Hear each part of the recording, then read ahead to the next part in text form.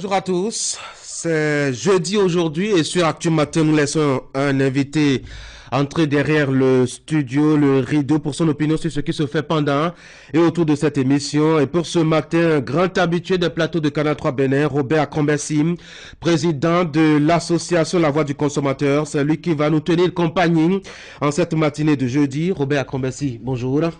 Bonjour. Bienvenue sur l'Actu Matin et surtout merci de vous prêter à cet exercice. C'est de longue haleine, je vous préviens. J'espère que vous êtes prêts.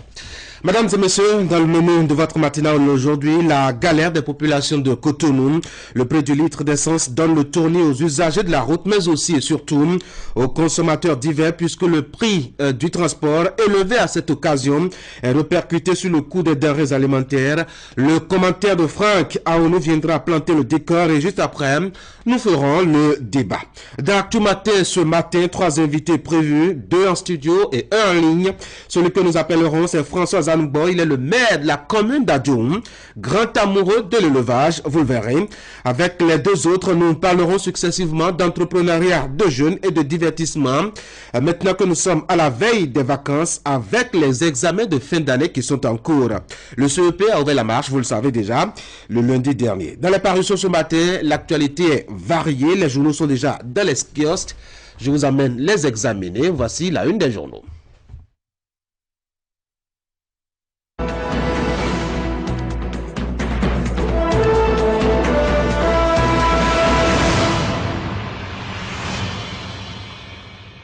Le premier rendez-vous sur l'Actu Matin, c'est la consultation des quotidiens dans la parution du jour. Et nous ouvrons avec fraternité, lotissement et démembrement foncier au Bénin. Rétention des données, un crime contre le développement dénonce le journal qui paraît à menotter un quartier de Cotonou. Pénurie d'essence dans la plupart des stations-service. Cotonou et Calavi dans l'étau des files d'attente. Urgence de résoudre l'équation de l'approvisionnement. Conseil vivement le journal. Environnement maintenant. Les océans ont connu leur mois de mai le plus chaud jamais enregistré. Constat du journal. Détail à découvrir à la page 6 du quotidien. La Nation, construction d'un lycée scientifique et d'une école normale supérieure. À la page 2, vous lirez qu'une délégation du Fonds saoudien de développement est au Bénin. Matin libre, pour s'intéresser maintenant à un sujet d'actualité, pipeline des sports Niger-Bénin. La fin des travaux de construction maritime célébrée déjà. Et puis, défaillance dans la clôture des opérations de lotissement et de remembrement foncier urbain. Le gouvernement exige des sanctions contre les géomètres et urbanistes défaillants. Passons maintenant au journal Nassiara, échéance présidentielle de 2026. Dans les indiscrétions des potentiels candidats qui, pour succéder à Patrice Talon, le journal se pose des questions avec quelques images, je dois dire à la manchette de sa publication ce matin. Vous avez les photos, entre autres, de Eric Rondete, nouveau chef de file de l'opposition, de Maître Joseph Djogbonou, lui qui est président donc de l'Union progressiste Le Renouveau, et bien d'autres photos auxquelles certainement vous ne vous attendez pas. Cour constitutionnelle, Razaki Amouda, ici cède son fauteuil à Dorothée Sousa. 7e mandature de la Cour constitutionnelle, nécessité de travailler pour faire déjouer les préjugés. Opération de lotissement, des sanctions en vue contre les prestataires géomètres, relaie l'indépendant. Les 4 vérités, lotissement et remembrement foncier. Voici pourquoi le gouvernement veut sanctionner les géomètres. Et puis, nommé ambassadeur du Bénin près le Niger, Gildas Djoblowski à Goncan rencontre le président Talon.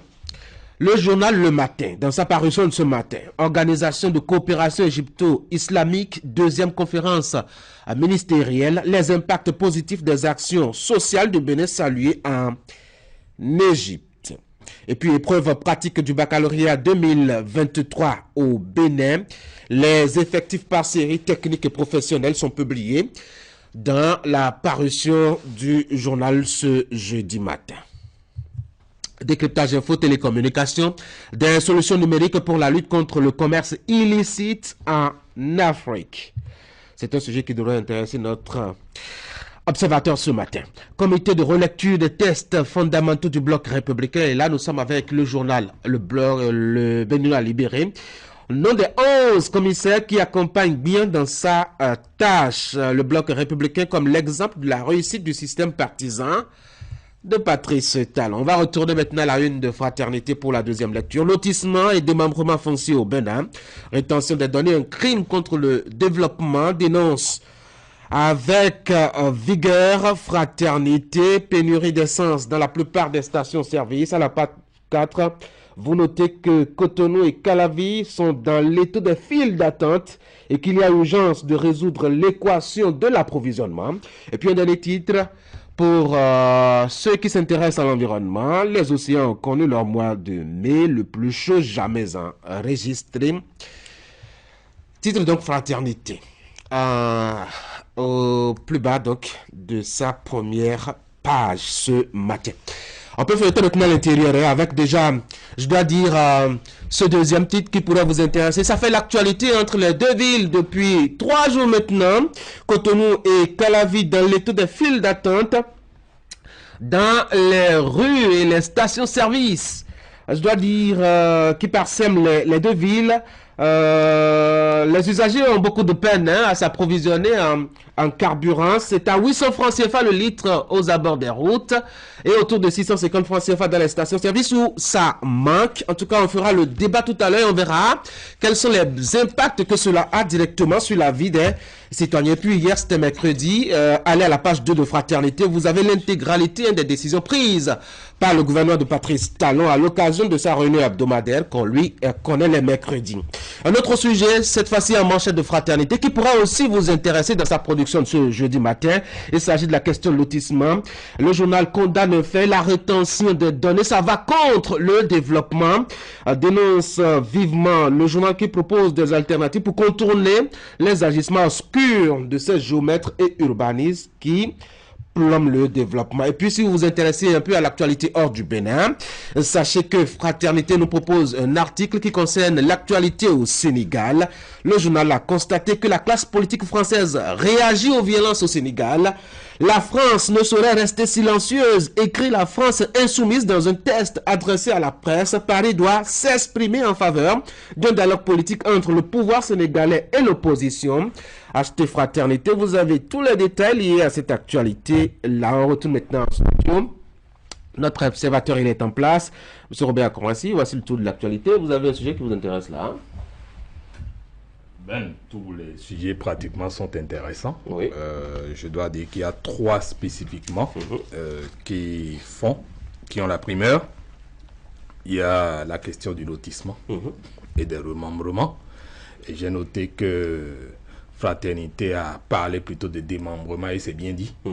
C'est bien dit parce que on enlève les membres des parcelles. les populations ne se retrouvent pas. Les populations ne se retrouvent pas dans cette forme de remembrement. Et donc, c'est assez préoccupant. Il y a la question du carburant. Oui, on en parlera tout à l'heure lors de nos débats. Je m'y attendais. C'est très sensible aujourd'hui. Oui. Et il y a la question des océans. Le mois de mai qui a été le mois le plus chaud. Et ce qu'il y a comme conséquence par rapport à la hausse de la température au niveau des océans, c'est énorme aussi. Tout à fait, avec la fonte des glaciers, ça va être compliqué. Il faut réaliser que les océans, ça fait 4/5 de notre planète. Et donc, si ça chauffe là, ça va chauffer sur la Terre. Ouais. Merci beaucoup à vous, Robert. Comme si je vous reviens tout à l'heure pour les moments à débat. Mesdames et messieurs, on va faire place maintenant à l'actualité vue par la rédaction de Canal 3 Bénin. C'est le bulletin de l'information. Teddy Goudalo est installé. Teddy, bonjour. Tanguy Agoy, bien bonjour à vous. Bonjour à nos chers téléspectateurs. Dans votre bulletin ce matin, après sa nomination au poste de ministre des Affaires étrangères, Olusegun Adjadi Bakari a pris officiellement fonction hier mercredi. C'était à travers une cérémonie de passation de charge entre son prédécesseur Aurélien Agbenossi qui a passé 7 années, s'il vous plaît, à la tête de ce département ministériel. Autre actualité à découvrir dans le bulletin de l'information, c'est cette cérémonie de passation de charge aussi, mais cette fois-ci à la Cour constitutionnelle. Le président sortant Razaki Amouda et son équipe ont passé le témoin aux nouveaux membres de l'institution avec à sa tête le président Dorothée Sosa. Vous entendrez les mots de gratitude des deux personnalités. Allez, voici la transition pour le bulletin.